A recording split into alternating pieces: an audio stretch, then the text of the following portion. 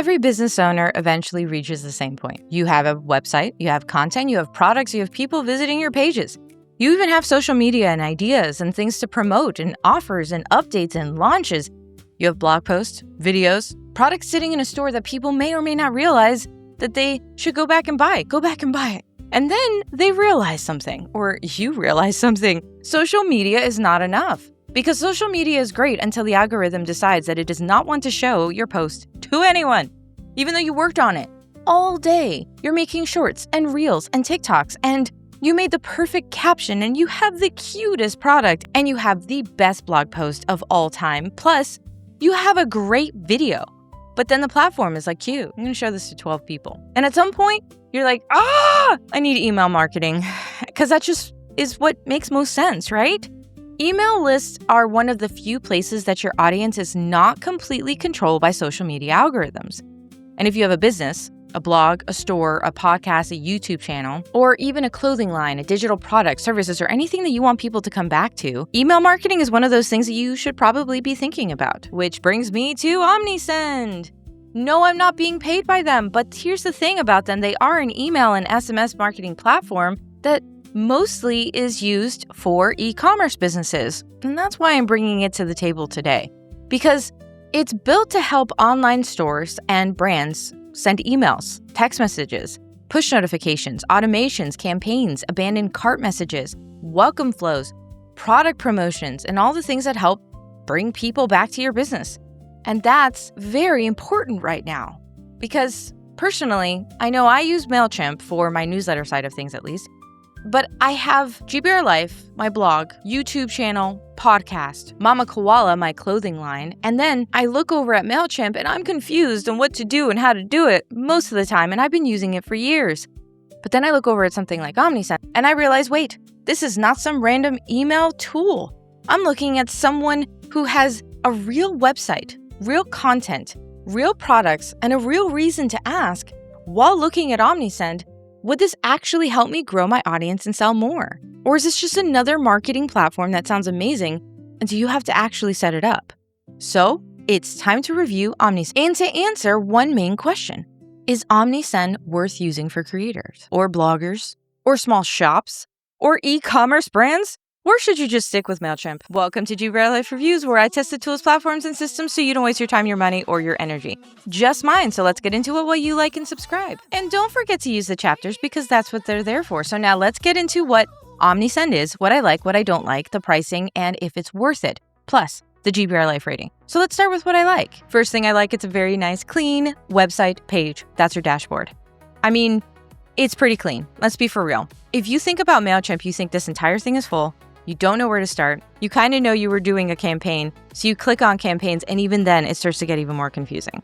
Mailchimp is definitely one of those ones with a huge learning curve.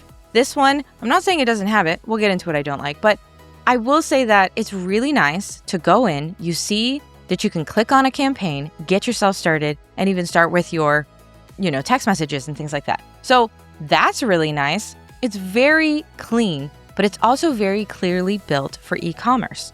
What do I mean by that? Well, if you look right over to the left, you're going to see that you have store settings. So you can actually add in from here your store pricing, usage. It literally says that right there. You can see that it has store information, brand assets, your SMS, push notifications, a whole bunch of stuff for that settings to get started with. And it continuously says store because it's built for that. Even when you go over to something like reports, it's going to go based off of your sales, your products, and the performance of that product based off of your emails, your campaigns, and your automations and how that's working on there. Your forms itself and how that's tracking some performance. I skipped over automation. Let's go back to that one. And seeing how that's bringing in sales. Deliverability, if it worked when you sent it out. And you can export and stuff like that. So it's really, really nice in that capacity. It's clearly built for that e-commerce. Even when you go over to the actual newsletter, it's not necessarily a newsletter. Let me go back and say, if you want to create a campaign, you can start with an email A/B test. You can do your text messages, or you can do your push notifications. So you start that way, but once you get into it, you have to create some form of a form, some form of what are you sending out to people? Now, one of the things I wanted to do with all of this is add in more of my GBRLIFE side because I wanted to see whether or not that was going to work, something that was not e-commerce. And that was one of the things that I ran into immediately. As soon as I got into this, you can see right here, it immediately shows you products. It wants to bring in those products because it's based on e-commerce, which is great. But it's a problem if I don't have any products that I want to pull from my GBRLIFE site. I do, so that's fine. I actually could. But if I didn't, would this actually work for me? So that's something to consider, but you can always make something look like a product and still add it to things like this. Plus you have your images, headers, content, and in that you have your hero banners and your pre-headers, and you've got your footers. So this is already showing a ton of elements, plus options for your layouts, not making it confusing. You're not trying to add things off to the side and trying to make it work. You can just drag and drop as you need and add in things. And you even see that I've added in a video, so that's really nice. Plus, I can do text and I can add in, let me go back over here, the HTML code. There's a lot of ways that you can add in things here without making it complicated. And that's something I really loved here. And if you don't want to do a lot of things that are too chaos, they do have some automation options. So let me actually show you that. Right here, you have the automation. If you were to click on Create Workflow, you can go in and decide create from scratch and do a whole automation tool that you want. Or you can do your abandoned cart or product reviews or Wheel of Fortune. Let me show you what Wheel of Fortune looks like if you're doing it as an automation. Well, it says over here, okay, you're going to subscribe to marketing, and then it's going to wait for a second, and then it's going to bring up that Wheel of Fortune. What is the Wheel of Fortune? I'll show you. But it basically looks like your Zapiers when you're going into automation, which is cool. That's not a problem. It's definitely one of the things I like. So going into, let's go to forms actually. If I go over here, I already started with this. I have in this right here. That's just trying to show that it has the countdown, but you can also add in your Wheel of Fortune. You're going to recognize it immediately. Here it is. I hate these. So if anybody's using it, I hate them. As a customer, I hate those. So you should never use those. But they do have an option for you to do that. And not everyone does. So I absolutely love that. And it makes you feel very connected to what is out there, what is very commonly used, and what is going to make you look a lot more professional because they have this, but they also have a countdown. What if you're doing a launch? They have that right there. Bring people back in. Get them to want to subscribe to you. Use your fields in order to get people into whatever it is that they want to go into. In other words, I have, for example, Mama Koala, and I also have GBRLIFE. I can say, okay, you want to do GBRLIFE, just click on that option, or you want to do Mama Koala, the clothing brand, or you can do that option, or you can select both, whatever the case is. However you're deciding to do this, they have those types of fields as well. In addition to just adding in emails, phone number, obviously, you want that SMS. And then you have input and your drop downs. So you can do this exact same thing as a drop down.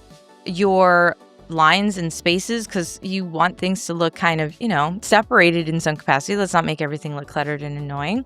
You can do this in one column all the way down to 4 columns, or you're mixed right and left. I mean, it's not sky's the limit, but it's very easy to do something that's going to look very professional very quickly and easily. And that is something I absolutely love in comparison to something like Mailchimp. Not to say I hate Mailchimp. I love Mailchimp. But it's really easy to use this. Speaking of things I don't like, let's go into the things I don't like. First and foremost, I don't actually hate anything here because I do think that it's so clean and easy to use that you can't actually hate it, but you can strongly dislike something. And what do I strongly dislike? Well, it's too focused on e-commerce. I really love all of these options, but I hate the fact that I don't have as many options for if I'm acting more as a creator, or I'm acting more as a blogger, or I'm acting more as a YouTuber in something like my newsletter to get out to people. So for example, when you're going into your HTML code, it works really, really well, but it also doesn't. I also have had this issue with Mailchimp, but more here. I've tried in a few codes that I already have created and they didn't work. That's okay. It's not uncommon for those types of things to happen, but I was trying more on the RSS side and it wasn't working. Doesn't mean it doesn't work at all. It just means that it's more complicated to use this as something other than e-commerce. And I don't love that. When you're looking at this as something to create, you're going to realize that this may be another chore. Because if you're adding in your videos, if you're adding in, again, those blog posts, maybe you're adding it in as a link because you couldn't get the RSS feed to work. Well, that means that you have to go in here every single week and update this. So it's another tool to manage. That's not so great. Even if you're using it as an e-commerce tool, it has all that automation. And I absolutely love that. If you go over here to that automation, great. It has the forms. That's not something you're going to manage. But once you get into campaigns or your audience, is everything moving into the right place? You still want to check in on those reports. Are they sending it correctly? This is not something you're going to kind of set it and forget it. We remember those commercials. I just realized I probably aged myself. It's okay. You guys knew I was older anyways. So this is definitely something you will have to go back and look at. And the other thing, I don't love the price here. Now, I am on a free plan. It shows it right there, but let's get into pricing so you can actually have an understanding of what I'm talking about. And here we have the pricing. So we've got free, and that's good. That's not bad. We want free. And then we have standard and we have pro. And on the free, well, it's free. I mean, that's literally what it says, right? It means that you get 250 contacts, 500 monthly emails, and Omnisend branding. Yeah, they're going to make sure that everybody knows that that's what you're using. With it being free, I don't think that's really that big of a deal. And that's kind of a lot for anybody who's starting out. If you're starting out, that's a great price because it's free. And then you have your standard. That's $11.20 a month. Why is it something weird to be $11.20 a month? Because they want you to pay $33.60 today to get $30. Wow. To get 30% off. And that's because you'll be paying for 3 months ahead. Or you can pay $16 for your standard. And it goes the same way for Pro. It's either $59 or you're going to pay 3 months in advance and only pay $41.30 a month, which comes out to $123.90. Well, today, if you were to get it right now, that's how much it would cost. Plus, you have your text messaging and texts. And this is where it gets really expensive. Okay, yes, it looks like it's a good idea to go with this right here. But okay, let's go with the smallest. You can spend $10 and send out 1,111 text messages. That's great. But it also depends on how big your audience is. That's already $10. It's just a text message, which means as soon as you click on, as soon as anything sends, or if you make a mistake, it's going to resend to everybody, which means you've already hit your 1,000 if you have 500 people who subscribe to you. That's not that much. It goes by very fast. And then it's 9 cents a text after that, because that's what the actual rate is. So this goes by very fast. Again, it looks really good on paper until you start realizing how fast it is to reach that. Look at how many text messages you already use on your plan today. And you may not text even a whole lot. I know I hate texting and talking to people on the phone and having any conversations with anybody outside of my family at all, ever. Well, so that's just a me problem. Either way, you can go for this, or you can go for just your regular plans with your emails. And that is with your standard, because I didn't actually go through that. You get no Omnisend branding, 500 contacts, 18,000 emails for 3 months. Or you have your Pro, which is 2,500 contacts, unlimited monthly emails, AI-powered personalizations, and you can add text messaging. I did not go through the AI portion of this, but there is AI. You can add this with ChatGPT, and they are looking into adding in Claude. So this is actually a great tool if you really love AI. That being said, you also have a few more options that you're going to see right down here, where they add in pretty much everything you could possibly think of with your Pro. That makes sense. You're paying more money.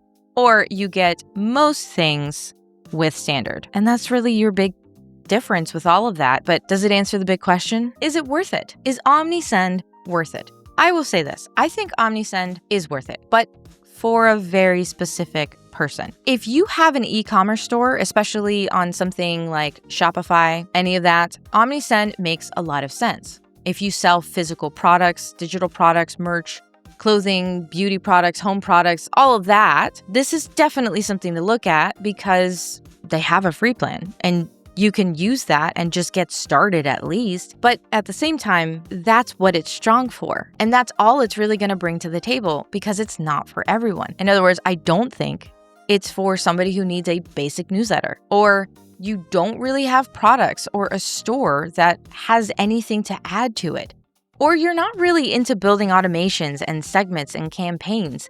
This is not really going to give you something that you get the full value of, or you're going and spending that kind of money and thinking, this is amazing and I get all this stuff. You're not going to feel that way. Not with Omnisend, not with it being so e-commerce heavy. For me, Omnisend is interesting because I'm not just a blogger. I have GBRLIFE, I have content, I have a YouTube channel, a podcast, Mama Koala, the actual clothing brand. So that means I do have a store and I have products. So if you're doing that mix, it could also work for you, but you have to consider the other things may take a little bit of a backseat to your products. And I wouldn't necessarily recommend it if you are looking for something very integrated and that you have the opportunity and the knowledge base to make it happen on something like Mailchimp. But if you're looking for something to be basic, this could be it for you. It's really depending on what your business needs are. That's the difference. And that's why, for the GBRLIFE rating, I'm giving Omnisend a 3 out of 5. Because I do think that Omnisend is a strong tool. It's built for e-commerce. It is combining email and text messaging and a web push. It has automations, it has forms, it has segmentation. There's a whole bunch of other things I didn't even really get to go into, like AI, but it does have it, and you can do a lot with this.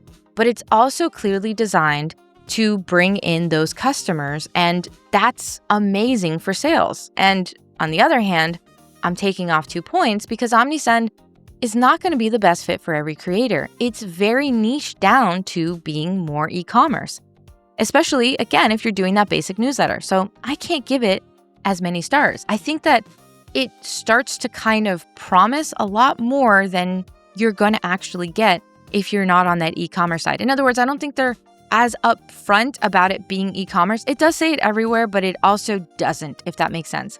It makes it seem like, well, anybody could use it, but it's e-commerce, but anybody can use it. That's the reason why I'm bringing it back down. So are you using Omnisend? Have you used it before and absolutely loved it or hated it? Let me know in the comments below. Or are you using Mailchimp, ConvertKit, Brevo, or something else for your email marketing? And if you have a small shop or creator business, do you actually use email marketing, or are you still relying mostly on social media? Because a lot has changed. Drop all of that in the comments below, because I feel like email marketing is one of those things that people know that they should do, but a lot of us keep putting it off because it's another system to manage. But that's it for this week's review.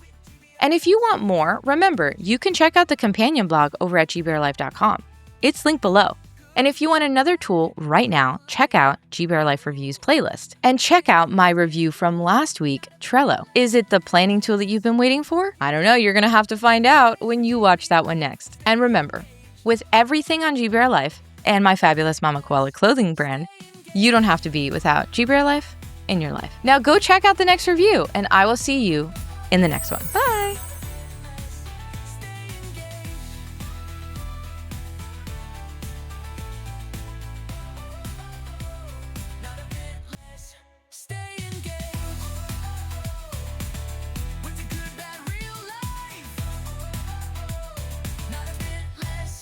Not your bit less, logging through the motherhood maze with GBR Life.